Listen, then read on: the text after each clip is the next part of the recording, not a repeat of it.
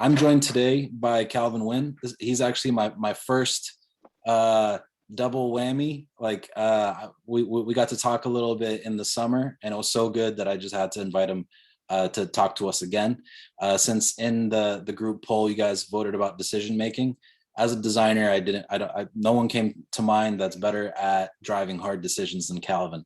So, Calvin, do you mind introing yourself real quick for us? Yeah, yeah. Thanks for that intro. Yeah, so my name's Calvin, longtime designer. I spent 11 years at Amazon. In fact, just left Amazon about 6 months ago. I'm now in a startup working in the proteomic space, which is proteins on single cells. Yeah, we're developing technology that's hopefully going to advance drug development worldwide. And it's a it's an interesting shift for me, taking design work and moving into the life sciences space. Because prior to this, I've pretty much only worked on like consumer facing stuff. So kind of like the big things are Amazon India, Amazon Key, Alexa, what else? Locker, Hub. Amazon Go.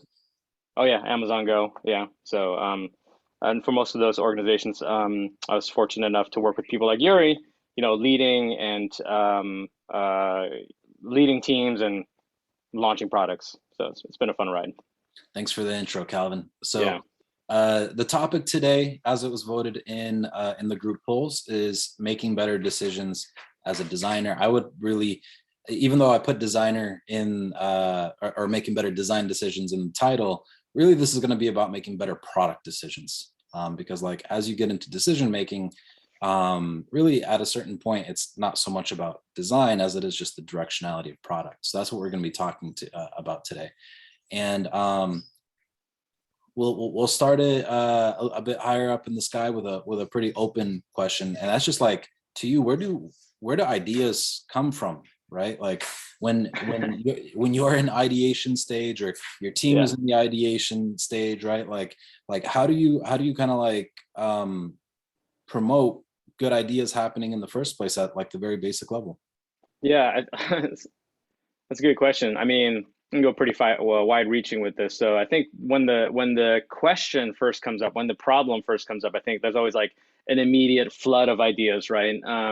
Those aren't always the best ones, but there's always like an immediate flood of ideas, and there's like this. I find that there's like this initial excitement. Maybe that's something that happens in your brain. We're just sort of wired to like come up with solutions on the spot. So that's usually a good place. And then oftentimes for me, like when I'm showering, that's a lot of times when I'm showering, when I'm not engaged in work, that's when things happen. I know that other people have other times, like when they're in the car, they're coming up with ideas. So that's another one. I think there's also, obviously there's like mechanisms that you can put in place, right?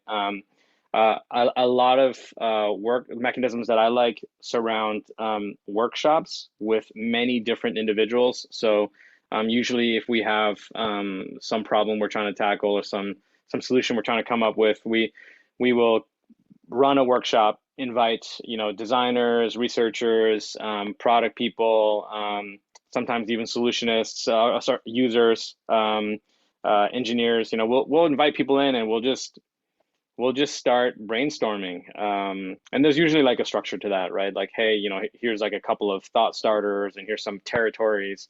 And we'll do like a brainstorming exercise. Oftentimes folks also like break into small groups and use those small groups to talk, right? If it's a really big one, like this one, right? We wouldn't want to run a brainstorming session with whatever, 60 plus people, right? So Yeah. so it sounds like, first of all, relax, find a way to just like unwind, let your Yeah. mind wander, let the stuff come to you. But then also, like, it's kind of the opposite, right? Like create an environment where you bring in a bunch of people and just kind of create some kind of a mastermind where you guys just generate a lot of ideas. And Yeah. you use the word mechanisms, right? Like you and me are used to using that word a Yeah. lot, but a lot of the audience, it might be their first time hearing what that word, like, what does the word mechanism mean to you? Well, I think it's just a process. But I think in the vernacular that, the maybe more advanced vernacular, it's a process that has a way of self-improvement. So, the process is supposed to yield some sort of output, and then it has a way to sort of feed back into the process to improve that process. And so, like an easy way for this one would be, okay, like you have a method or a process for generating ideas, and you have a method and a process for deciding which of those ideas are the ones that you're gonna, consider, and then maybe you have a method or a process to decide which of those ideas are the winning idea, is the winning idea, right? Mhm. And all the mechanism part means is that you have a way to take whatever you learned from that and improve your process. Yeah, and I would I guess all I would add to that is like when you're in ideation mode, just work on loading up your subconscious as much as possible, right? So like before before you kind of just like let go and start like jotting down all the different directions that you can take something, like kind of like primer your mind to be prepared to do that. So read up on all the, read up on everything you could possibly read up about the space you're in, the market that you're in, the research that's already been done. Like just drink out of the fire hose and don't worry so much about taking perfect notes about it, so much as just like getting all that stuff in the back of your mind, so that when you are in an environment like what Calvin's talking about, right, like where you're like in a group setting and you guys are just like putting sticky notes on the wall, like you got that cocked and loaded in the back of your head. Yeah. um I think that's a good advice. I think the other bit of advice I would say is confidence is really important, and that's not necessarily like confidence to like you don't want to go into a meeting thinking that you're gonna come up with the grand idea, because what's gonna happen is that it's gonna if you put that pressure on yourself, you're gonna start to like operate from a point of like I need to like fulfill this pressure as opposed to just observing and waiting for the right idea to come up, for a good idea to come up, right? So I definitely would say, try to relieve yourself of the pressure of coming up with a great idea, and rather take trust in the process to generate a great idea, right? It's the as the sort of like if you're leading a workshop, for instance, right? It's almost like by leading that workshop, you're sort of saying, "Hey, I'm not the person that's going to come up with this magical idea, but yeah, I'm going to like create a space and an environment that's going to leverage all of these people's experience in order for us to jointly come up with some ideas that then can be synthesized into, whatever the winning design or solution is." yeah. Heather in chat said let it happen organically. That's totally what it is. That's right. Yeah. All right, next question. So you've got a bunch of ideas, like some of them are good, some of them you were able to easily eliminate, but you could take it several different directions. You don't know what the right path is. Like what kind of due diligence do you tend to encourage your team to do and do yourself to start reining in the guardrails? Um, yeah, this is also like a super wide question, right? So I think maybe we start with the design side. So, luckily, user-centered design, it's basically a hypothesis driven process, right? It has a test framework. If you're lucky enough to work in a place where you have an A/B test platform, where what that means is you can put sort of, different experiences into production and then have users essentially use those varied experiences. Then as long as that's instrumented correctly, that's also something that can sort of help um, make decisions between different designs. I think on the product side, it's a little bit tougher because if you're making decisions on product directions, like you can't like they're not as reversible as like say like a UI decision. For instance, another one would be like naming a product, right? Like once you put a name out there, like it's really hard to reverse those decisions. And so for those types of things, it's I, I like to come up with essentially like a list of pros and a list of cons. Like it ultimately all sort of boils down to that. And some of the pros and some of the cons, they may not like live on the same plane, right? Like they may be highly multidimensional. Like they might be like, oh well, this one, one might be like revenue related, right? Another one might be branding related, right? Like another one might be partnerships related. Like it's totally multivariate, and so I try not to get more complicated than basically like a list of pros and cons.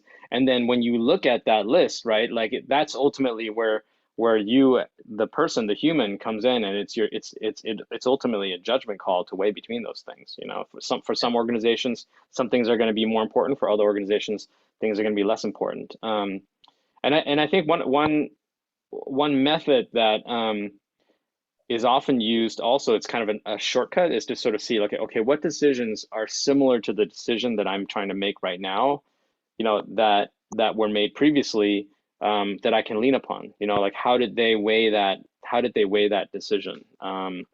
So that's useful, you know. I find that like in discussion with peers and stakeholders and teammates, like we're often sort of going to, okay, you know, we're going to analogs, we're going to metaphors, right? Oh, is this kind of like that one situation, or is this kind of like this other thing, right? That is sort of similar. Love it. So a couple things to unpack there. So Yeah. like when you're creating a hypothesis, right? Like the the default that I see a lot of the time is people trying to translate product requirements and turning the hypothesis into something that is super specific to the feature, or that validates the features Hmm. right to exist. Like it just kind of like rehashes the problem that was already given to them.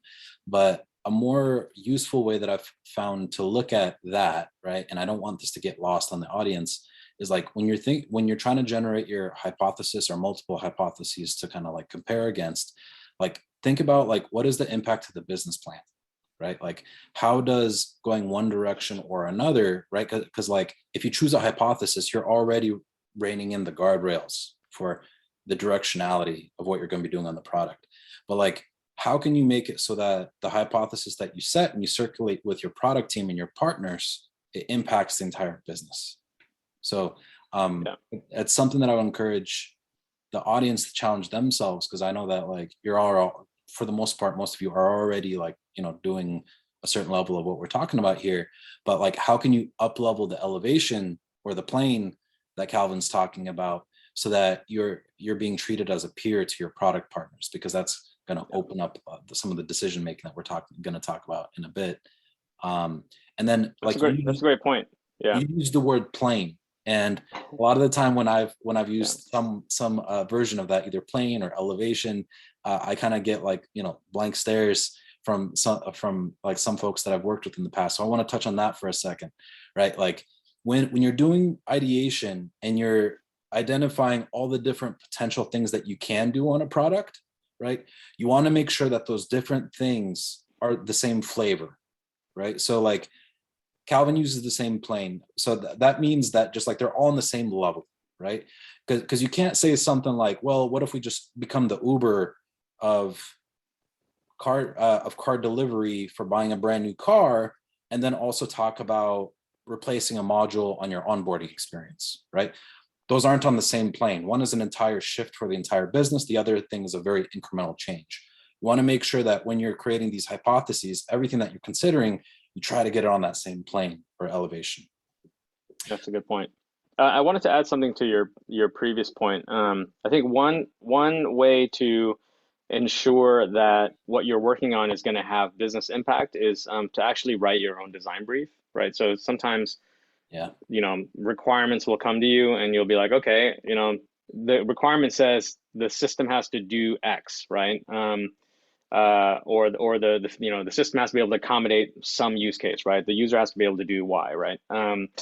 I think it's always useful to like think to yourself, okay, what's the design brief here? How does this connect to the bigger business? Like, why is that person going to be there, right? Like, what are the goals I'm trying to achieve with this beyond sort of this one statement? And I think and making sure that you have alignment with your stakeholders on that design brief. That doesn't necessarily mean that you have to like bring them the design brief. Like one way you could sort of do this is just test the language that you're using, right? So in the design brief, you might write mentally to yourself, you might write, or even physically to yourself, you might write, okay, the reason why I'm doing this is in order to impact the business in the following ways. You can just test that hypothesis by talking with your peers or talking with your stakeholders and just saying that, right? And seeing if Yep. they're nodding and if they're agreeing with that. So that's I kind of like that, it's something that sort of after you do it for a while, it sort of just happens subconsciously. But really, like what you're doing is you're creating a design brief in your head. Yeah, and it's important to force yourself to go through that process, because I know that some designers use a design brief as an intake mechanism, Yeah, and I think that that should be something separate, right? yeah, Like force yourself to build that doc, because it really is the first design artifact, right? Because you're yeah. already like reining in a lot of like the potential what ifs by whatever you put Yeah. on a piece of paper or that doc. Next Yeah, question. sorry, that Yeah. distinction also is like it's a difference between like the act of doing something, Mm-hmm. like versus the thinking that goes into it, right? The value is actually in the thinking that you put Yeah. into that task. Yeah. Next question for you. Yeah. You're in a startup now, right? You've Hmm. been in big tech for some time. You've been in like really dope leadership roles. You've have had tons of impact. Like you're in a little bit of a different position now, right? Like Yeah. even more responsibility, um, but a lot more control. So I imagine that you all are also getting to practice a lot more decision making. How has your experience making decisions differed between working in a large corporation versus a startup? And are there any insights that you can share with us? Yeah. So I think going from a large organization to a startup, like the biggest difference is just access to disparate problem spaces, right? So, like in a startup, I basically have access to the entirety of the business, like, and I can chime in on any part of the business in terms of decision making, right? Like, and I can be and in fact in a startup like you can pick up any problem and just and tackle it because there's not enough people to tackle all the problems that are there, right? So I think the variety of problems is huge. You could do things from like pricing a product, to thinking about, okay, do we have an open source strategy, right? To thinking about, okay, what should be our front end technology? Like how many features should we be exposing in the release, right? Like, I mean, it's really wide reaching.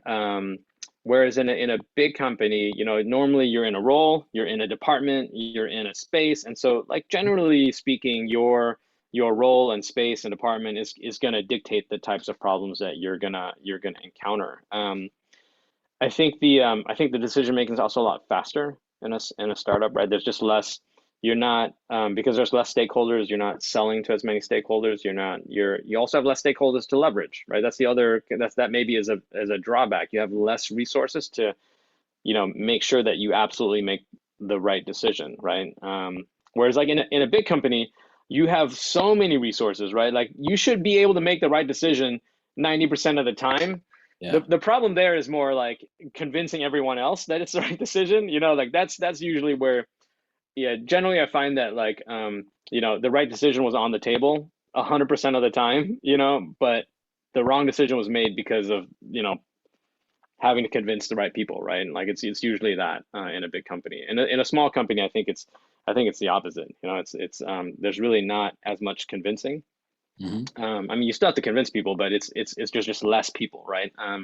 But you don't have nearly as many resources, right? Like you don't have like I mentioned earlier, you don't have instrumentation that's like fully baked or 20 years old worth, 20 years worth of instrumentation that you can look at, or 20 years worth of data that you can look at for Yeah. analogs, right? So it's a pretty big shift. But in terms of like decision making frameworks, I think they're pretty translatable, because um, it all basically comes down to, do you have hypotheses? Like, do you have a well-defined problem? Do you have hypotheses? And then what are your ways of like weighing those hypotheses, right? Organizing them, ordering them, and then or testing against them in order to find out some more information that'll hopefully lead you to a better decision, right? So I think that part, fortunately, is highly translatable. So weighing hypotheses, are there any other kind of like nuggets of wisdom that you would pass on to yourself, like maybe 7 years ago, with your experience, kind of like making rapid decisions the past several months on the startup side, Yeah, combined with your yeah, experience as a director at Amazon? yeah. So I would say like one thing is I think when I was younger, I always when there was a decision to be made, I put a lot of pressure on myself to like get the decision made quickly. Hmm. Um, and as I've gotten more experienced, I've learned that like some decisions, if you wait a little bit, in fact, a lot of decisions, if you wait a little bit, they sort of resolve themselves. Like there's this sort of um, it's funny. I was just using this phrase the other day. It's like, hey, I don't have a strong opinion on this right now, but let's wait and see, and maybe a strong opinion will illuminate itself. It's like I'm sort of like it might be out there, it's gonna come. I'll maybe some more inputs will come in, and then that's gonna yield the right. That's gonna yield a better decision, right? So oftentimes when now when I'm looking at something, I'm like, I don't know which way to go here, right? It's an important decision. I don't know which way to go here. The next question is like, well, how quickly do we have to make that decision, right? And if the answer to that is no, then I would just wait a little bit, right? I mean, keep working it, like keep working the other parts of the problem space that you're in, but you might find something. Something may come up, that's going to push you one way or the other, right? Like a really common one is technical constraint. You when you're first starting on a project, you might dream big, and you're like, oh my gosh, yeah, I can do all these different things with this product, right? Like this idea is fantastic. Here's like a billion things I can do, right? And you start to work that entirety of the problem. Well, I mean, in reality is that you're not going to get to all those things, right? You're going to have to cut, right? And so and you might learn, once your engineering partners go down the path of implementation a little bit, that like some of it is not even really cost effective, Yeah, and so that'll trump. That'll be an input to help drive the decision. that's a really good point. Yeah. I can think of several products that I worked on where I was very passionate about it. My team was very passionate about it, and we were just pushing and pushing and pushing. And we got vibes early on from engineering that like, hey, this is a lot of stuff, but they didn't say no because they don't want to get in trouble for it. And Yeah. then eventually, when feasibility did come back, and we had to kind of reconcile and kind of cut back on the product, by the time the physics of engineering hit the intent of design, now you've got a shell of a product, and then you take it to your Totally. stakeholders, and your stakeholders end up delaying the entire program anyway. So Yep. like, that's a really good point of just like, you're gonna get pressure from like, usually it's like your immediate line of stakeholders, Yeah. but don't let that kind of like get in the way of just making sure that whatever decision you do kind of get your own conviction in, like it is the what you feel is the right thing to do, and not just the thing that you think will ship. Yeah. Super important. I think there's also like, I have this magic quadrant thing in my head that says like, it's kind of sort of like you got urgent on one side, you got, important on the other axis, right? And the stuff that's urgent and important, that's the stuff you have to basically just put the work in to make a great decision. The stuff that's not urgent, like that stuff, I think you can always wait for a good decision. Like not urgent but highly important, that stuff you want to sort of delay, right? And then not important, try not to spend as much time on that. Next question for you. What does being strategic mean to you? Because a lot of the time when you talk about Yeah, decision making, right, like people use, strategic yeah. as like a I way have to a say, really oh, I make big decisions because I'm strategic. What does that mean to you? And when is it appropriate to put that hat on? yeah. I have a really strong opinion on this, and I'll share it. I don't know if it's going to make sense to people, if people are going to feel connected to this, but I basically think that term is BS. Right? It's like You're not my first guest to say that. But go okay, on. good. Okay, so like strategic is like it's like powdered sugar on a donut. It's like the donut's great. Like it's just sort of like fluff. You know what I mean? And the reason why is because like all it really refers to is like a higher plane, here's that word again, right, of thinking than what is below it, which is the tactic, right? So if you think of like strategies, the strategies drive the tactic, right? So it's just sort of There's a duality there, right? But the problem is that as you move up in an organization, the decisions that used to be strategic become tactical, right? So your person, like for you as a designer, right? Like the design decisions if are strategic, but for the product person, the designer is the tactic, right? Because to them, it's like, okay, well, all right, I'm going to build a product. It's going to have a design. The design needs to do these things. That's a tactic because our strategy is at a higher plane around a product doing X, Y, Z, right? Mhm. The business is one layer above that, right? The business says, okay, the product is a tactic, and my strategy is a business strategy that requires this tactic of a product, right? And so really what the thing that's funny about that term is when you use that term, it actually it gives away the level at which you're operating, right? And so I tend to not use that term. I tend to not use that term very often, because I one, because I think it's kind of meaningless, and but number two is because I think especially for people who are trying to like move up, like, you want to show that you're operating at a higher plane. And so whenever you use that word strategic, and it's not, and the person that you're talking to, if that thing that you're saying is not strategic to them, then suddenly, like, you sort of placed yourself at a disadvantage, right? You sort of said, okay, well, I'm operating at a more tactical plane from the person that I'm talking to, right? And so I would, especially for people who are starting out in their careers, right? Like I would really not use that word. And I would really be careful about it. I mean, there are moments, right? Like so there are moments to talk when you can use that word. I tend to only use that word when I'm using it in conjunction with a tactic, when I'm trying to make distinctions between tactics versus strategy, right? Like if we're trying to have a conversation about something, and the conversation is, there may be a number of things on the table, and we want to make a distinction between the things that are strategic and the things that are tactical, in order to sort of organize the stuff that's being talked about, then I'll use it. But it's not. But it's never in context of like this person's strategic, this person's tactical, right? Like it's never in that sense, because I think that's sort of you don't want to sort of pigeonhole people to a plane, right? You don't want to pigeonhole, especially yourself, to a particular plane, right? So Yeah, yeah, I there would. there there goes my rant on strategic. Well, and I Yeah, completely agree with you, because you can really kind of put yourself in an awkward spot when you call something strategic and it's to someone that's already been doing some strategic thinking. Like a lot of the time it'll be a PM, right? And yeah, like you said, like the what you think is strategic might actually be at a lower level than what they're already doing, because they're operating yeah, at like a business plan level and you're trying to be yeah, strategic about a feature, right? So yeah, like exactly. what I like to say, and it's like the only time that I use the word, is like according to I forgot the author, but it was like he wrote How to Win, and was like the CEO of Procter and Gamble for a while, Oh yeah, and also the I think I Service know you're talking about. Design Handbook.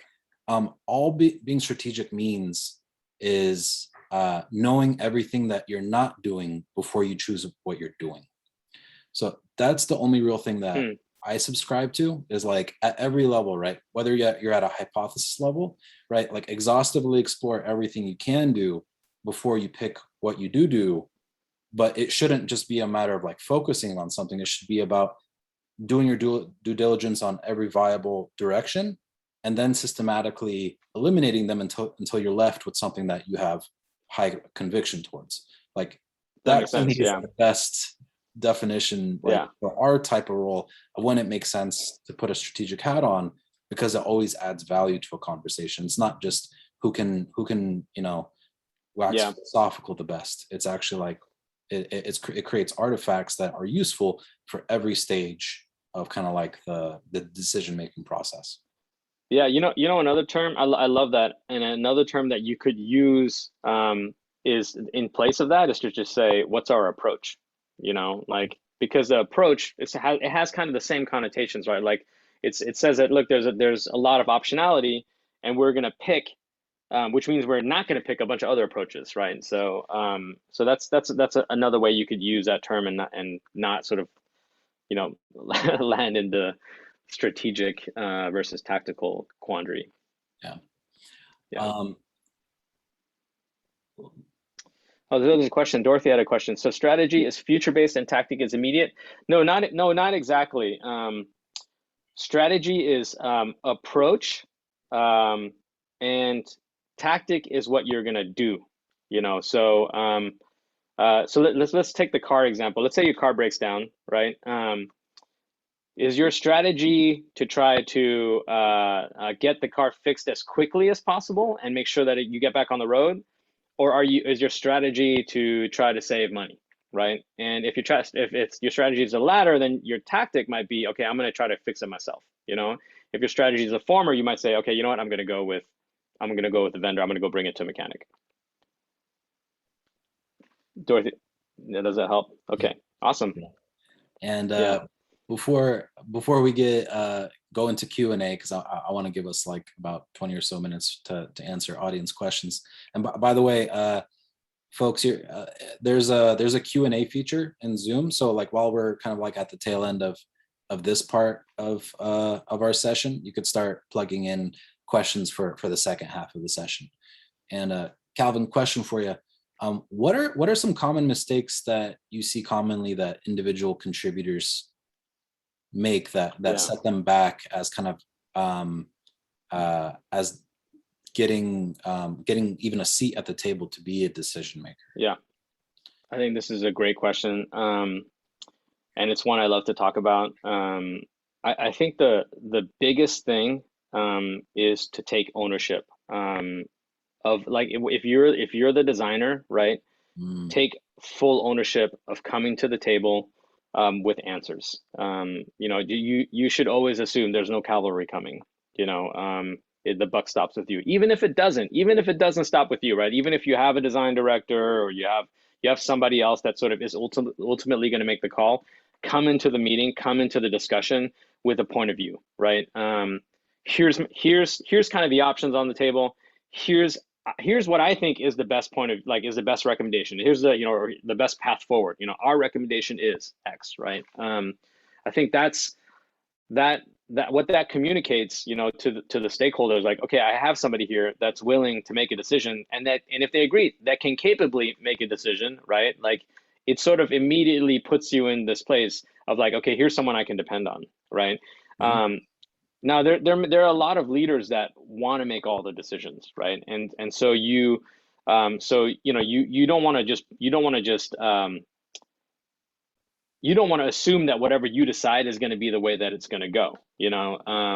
But you definitely want to come in with an opinion and to advise that person, even when they ultimately want to make the decision, you want to be in the sort of advisor seat to that person, right? And so because then they're going to come to you next time they have a hard question, right?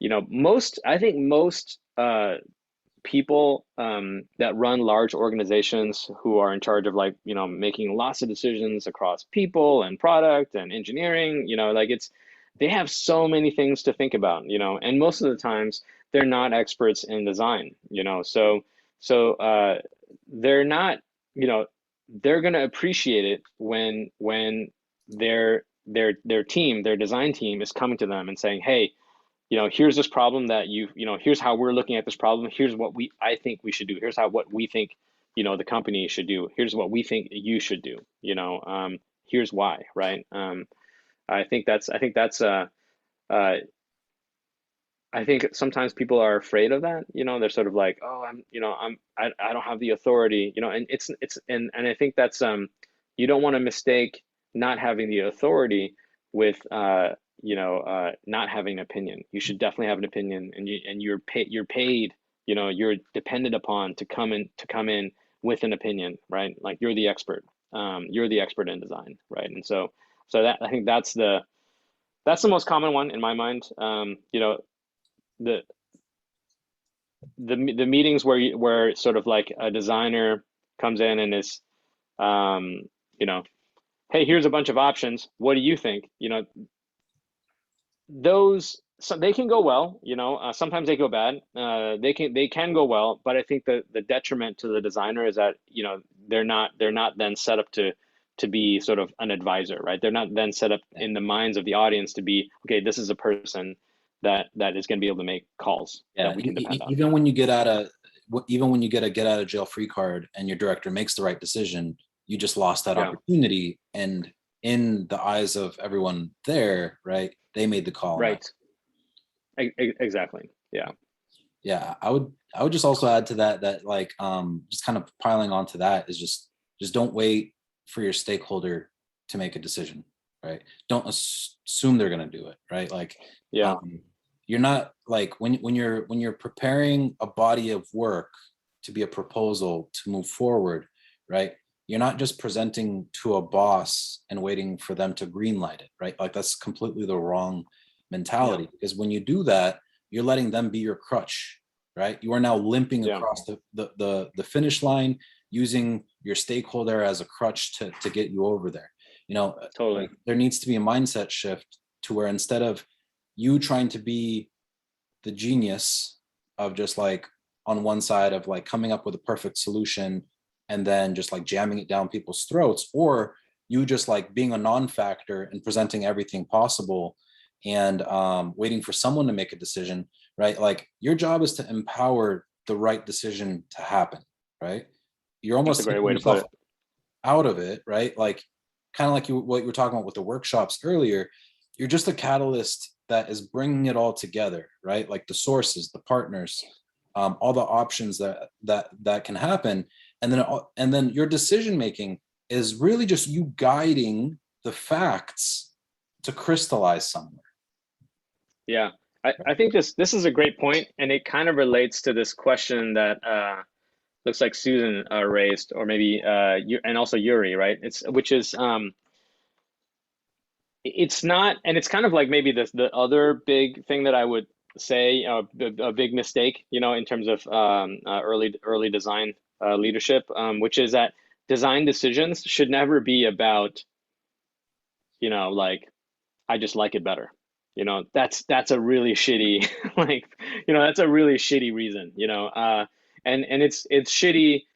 It's shitty because like no one can understand why, and also like no one can work in an environment, like who's going to be effective in an environment when the way decisions are made is just, okay, I like this one better, like like, Yeah, like who's yeah, like, how do you, there's no framework for like, there's no strategy, right? yeah. In that scenario, right? There's no approach, right? There's basically no opinion on how to make decisions, right? And um so I think it's it's, what I'm getting at is like every decision, every recommendation that you make should have reasons for Yeah. that recommendation, right? Which is like, when you say, okay, our recommendation is X amongst these, four options, and here's the reason why, right? Like whether that be user research, or it would be, it could be, a set of pros and cons, like I mentioned earlier, right? Like here are the pros, and we believe that these pros outweigh the cons, and on balance, this is the best option across these four, these or against the other three alternatives, right? So Yep. it's definitely being reason based is super important. And because you did your exhaustive exploration in the early stages, Yeah. per the earlier part of the conversation, and because you circulated your design brief with those partners early, right? And you've already identified all the reasons why you're not doing all those other crazy directions, because Right. you're not waiting to like unveil something at the last second to your stakeholders. You've brought them along for the ride, right? That should be a pretty like it should be like that should be where you land, right? So Yeah. so thank you so much, Calvin, Yeah. for hanging out with me For and sure. talking about this stuff a bit. Let's transition to Q&A. As I mentioned, everybody, if you just hovered in the bottom part of your Zoom thing, there's a little Q&A icon. If you click on that, start dropping your questions, and we'll just start going through them together. Oh, David's got a really good one. This in the chat, or is this it's in the Q&A, but While I people think are putting David, stuff into yeah. Q&A, feel free to start picking up the ones from chat. Yeah, so David asked this question: how does one proactively manage passive indirect stakeholders, so skip levels, who are critical experts. Yeah, this is okay. So Yuri kind of, this is a great question. It's highly problematic, but it happens. It's like it's rampant, and it's usually because of okay. So my theory is it's because of ego, right? So the reason why you have this indirect stakeholder who is a critical expert, but is totally like passive and not a proponent of you and your work, is because it's because of their ego, right? Like they don't have the time to really engage, but they need to look like they're an expert, right? So they're sort of like saying stuff because it's their ego, right? As opposed to like actually leading you effectively and leading the team effectively, right? Like it's a red flag.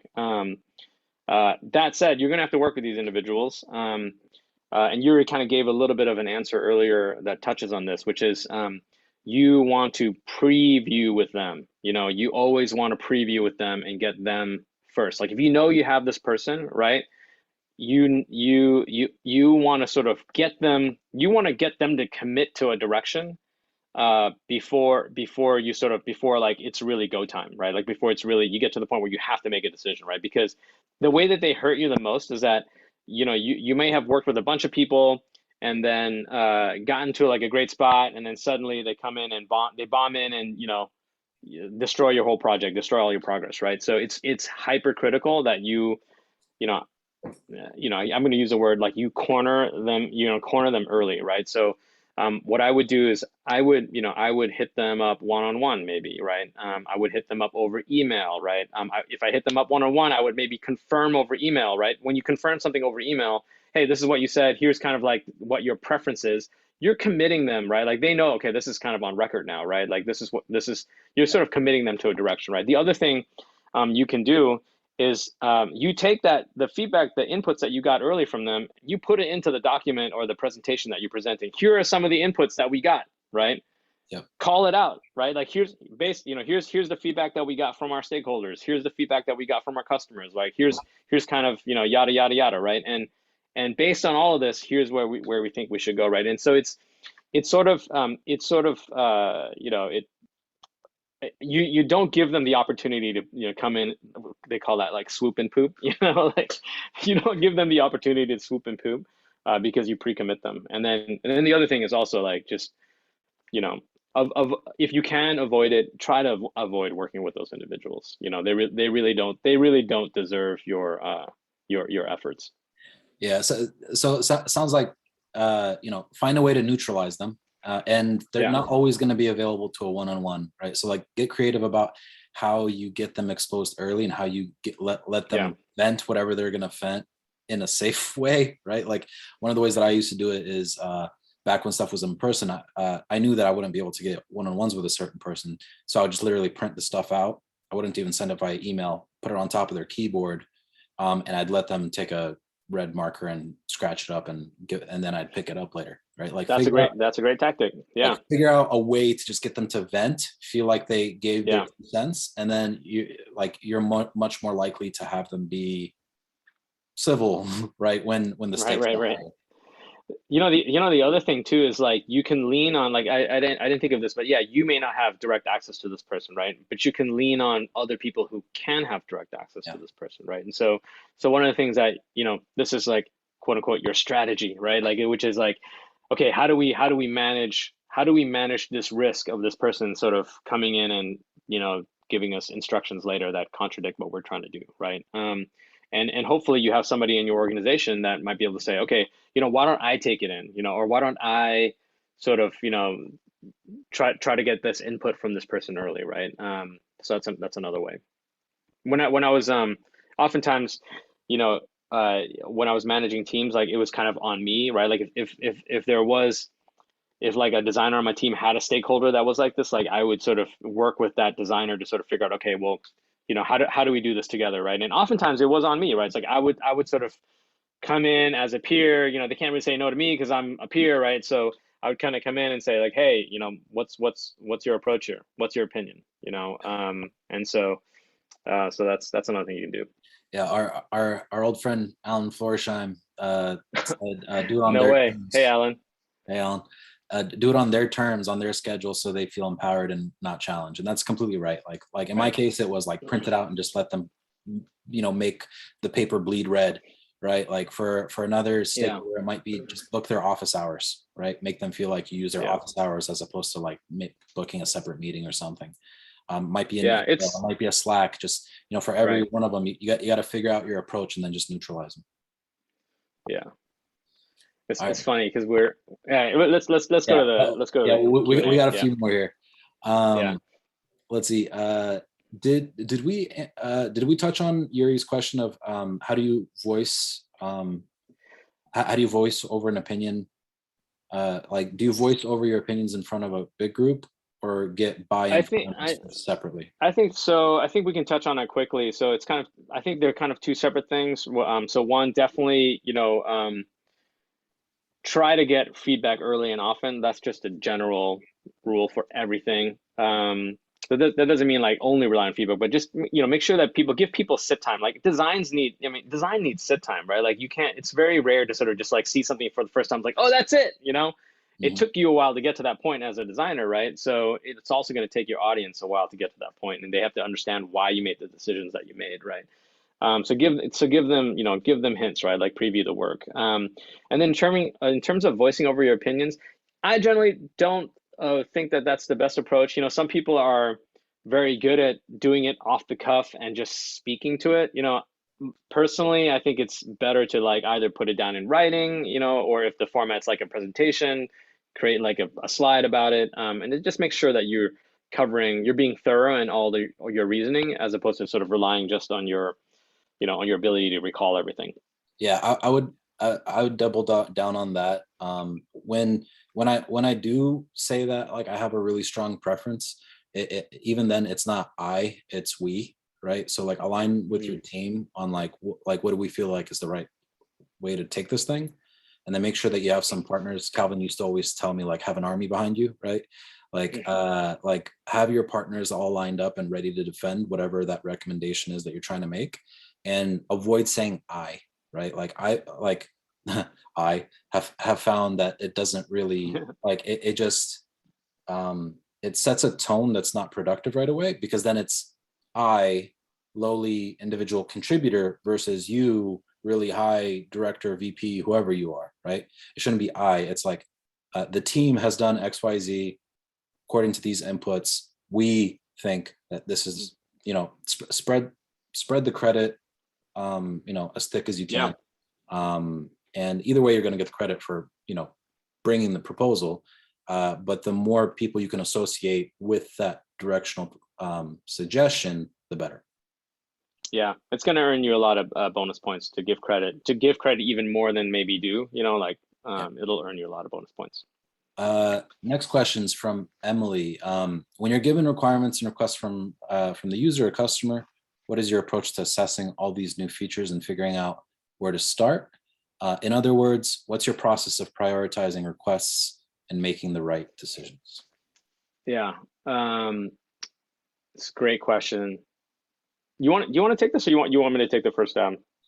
Well, so for me, it's like I guess I could start this one off. So like uh, we touched a lot on the making the right decisions piece. Like I'm just going to defer back to like my personal technique for that is exhaustively explore all of the possibilities, good, bad, dumb, but make sure that there's some place where there's a bullet point list of every single possible way that you can do it. Exhaustively explore all the ones that you think someone might ask about down the line and have really good rationale as to why you're not pursuing those things, right? And then that should give you a short list of what's left. And like Calvin was saying earlier, have some way that you finalize like with conviction, okay, this is the way to go. And that should come from testing, it should come from data, it should come from some objective source that is not an opinion, right? Team alignment can help, right? Because like you might find out that your tech stack just doesn't support something or something, right?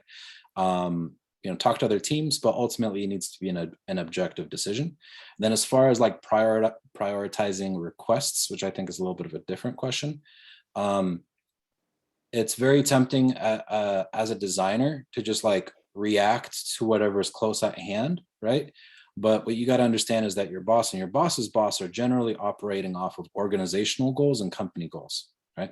So your prioritization of requests should always map to that, right? So one of the smartest pushbacks and challenges that you can give to a product manager giving you a questionable request is, how does this map to our organizational goal of XYZ? Oh, it doesn't. I'm so sorry. I'll try my best. We could call this a stretch goal or something. Let's talk to my director or manager or whoever, but this doesn't map to a goal. Let's figure out how to get it to map to a goal. Calvin, would you add anything to that? Yeah, I think that's a great answer. I think um, I'll just expand a little bit on tying the request, like organizing the request based on impact, and I, I think it's kind of twofold, right? It's like one, it's like, okay, well, what's the impact to the organization? Like, does it align?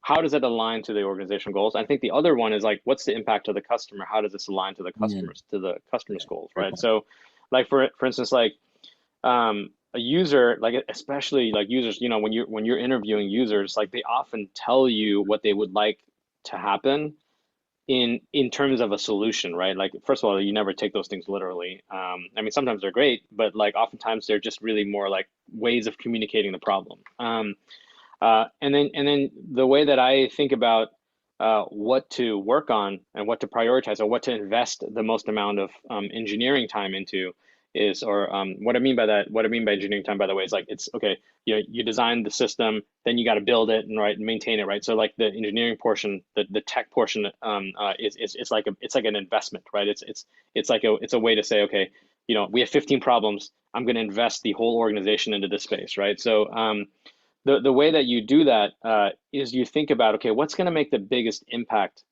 to the user, right? Like how do I add something that's gonna, how do I get the best bang out of that investment, the best return on that investment? So how do I make that user's life better, right? And most of the times that users, that's going to be very highly aligned to the business objective, right? Like the business wants the user to have the best experience because then they're going to come back as another customer, right? Most of the time. So Love yeah, that. Yeah. So know what your organizational goals are and know what the impact to the customer is, I think is the yep. summary of that. Uh, I think we got time for one last question here. This one's from, oh man, there's more coming in. This one's from Sylvia, and it's just how do you deal with time constraints? Mhm. In particular at high growth startups, which is exactly where you're currently at. Congratulations on your funding round. And when you don't have a lot of resources, you touched on that a little bit as well. So like no time, no resources. How do you make a decision, and how Yeah, do you back that yeah, up? yeah. Prioritization becomes even more important.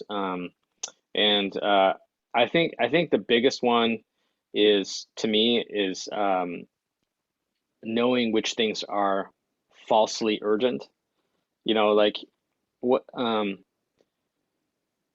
I think a startup is like a lot of people moving really quickly, and by nature of moving really quickly, there's like this inertia and this momentum of people sort of like stating things as urgent, but oftentimes it's not urgent, and understanding what constitutes urgency, right? So, and Mhm. I always go back to impact, like hey, the customer asked for this thing, let's turn it out super super quick. It's like, well, like we only have so many resources, like do you want to give up your nights and weekends and not see your family? Like, you know, I don't want you to do that.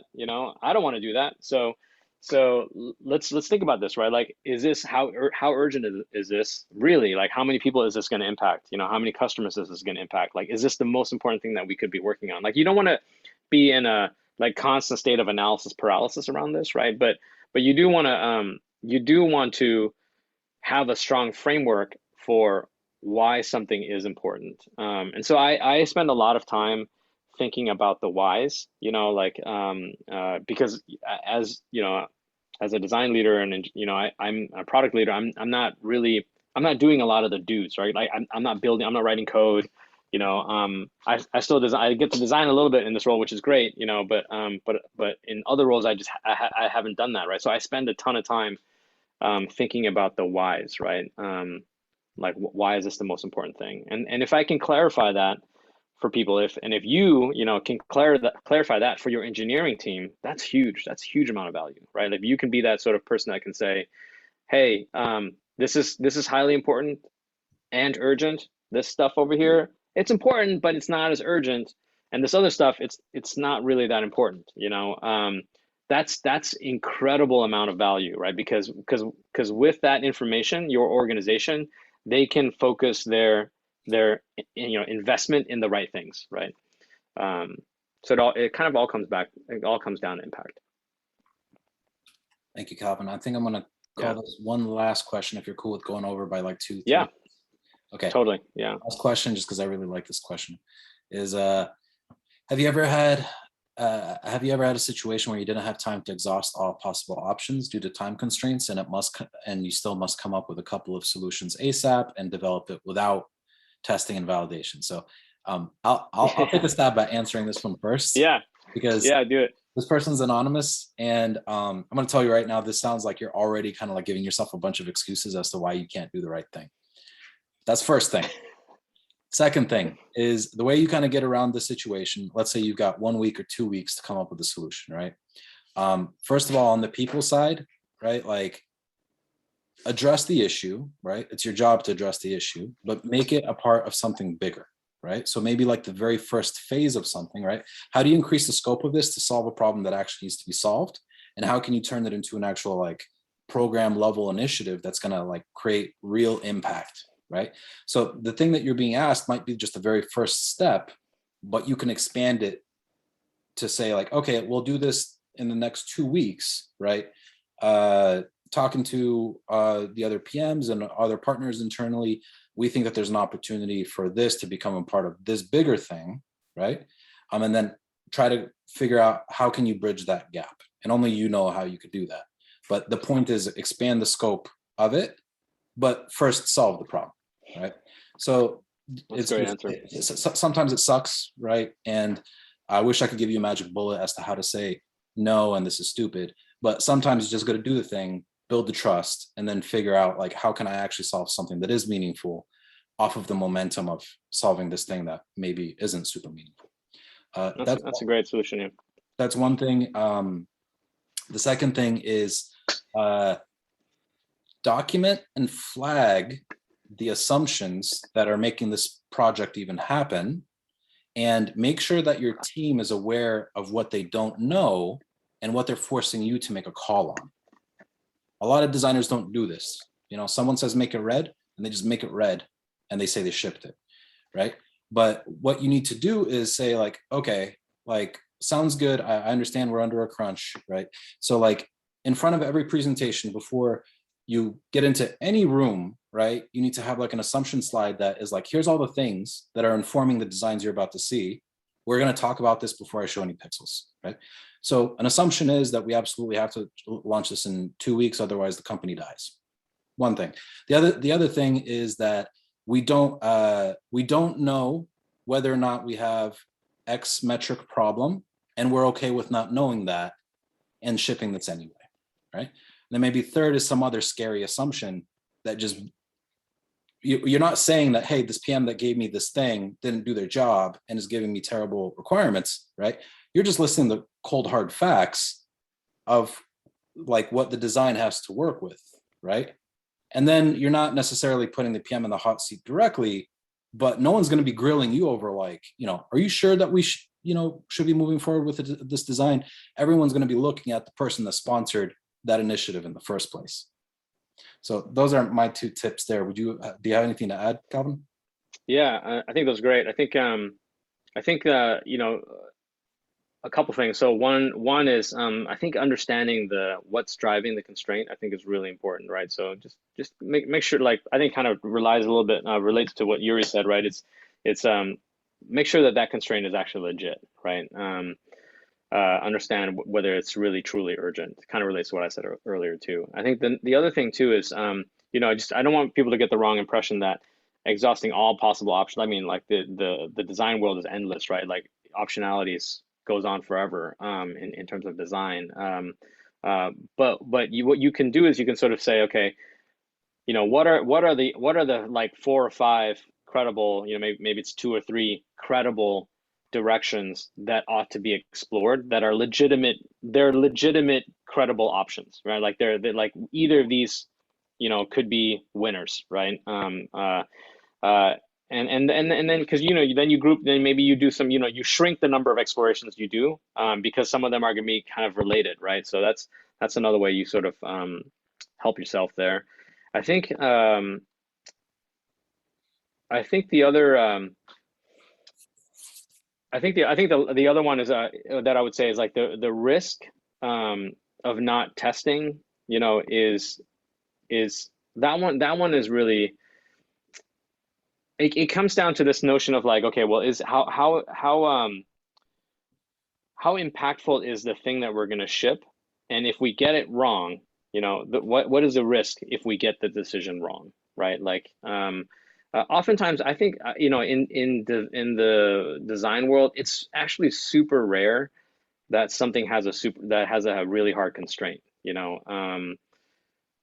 Usually the risk of wasting engineering resources is like the bigger cost, right? Like like one of the tactics that I always use is I go to the engineering leader and I go like, hey dude, like, do you really want to be spending up like a bunch of engineers' time on this thing that we haven't tested and validated, right? That seems like a stupid idea, right? Because if we're wrong, then we're just going to be introducing a bunch of debt that we're going to have to undo later, right? And I often bring this conversation back to engineering, in terms that they understand, in terms of things like tech debt, right? I say, hey, this is going to be design debt. This is going to be wasted effort. This is like, we're going to have to come back and cycle back to this because it's not the best design, right? I often talk about validation in terms of finding bugs before you ever touch the code. So I'm going to find issues. I'm going to find improvements. I'm going to do a bunch of agile cycles, right? Like in the design world without you ever having to see it. And so by the time your engineers touch this and have to code it, right? Like we're going to be way further down the road, right? By getting this extra time. So I think that's another, kind of similar to what you said, right? You can bring other people in to sort of help you make the case for more time. Thank you, Calvin. Yeah. Uh, Yeah. I think we could easily go for another hour, but in respect of your Yeah. time, I'm going to call it. Yeah. Thanks so much, everybody, for showing up and the great questions and the engagement. Calvin, thank you. Yeah. I think Super that this fun. was really dense and full of value and action packed. So love you, man. Love you all for showing up. I'll my thing is showing a recording, so we should have a recording on this. So if you guys want to double back on this, you should get it in your email in the next day or two. But thank you so much, Calvin. Yeah. And if you haven't already, everybody, join either of the UX career support groups on Facebook and LinkedIn. And I'll see you next time. Make sure to send Calvin a thank you note. I think that today was really good. Thank you guys for showing up on a Friday late. All right. Take care, everybody. God bless you all.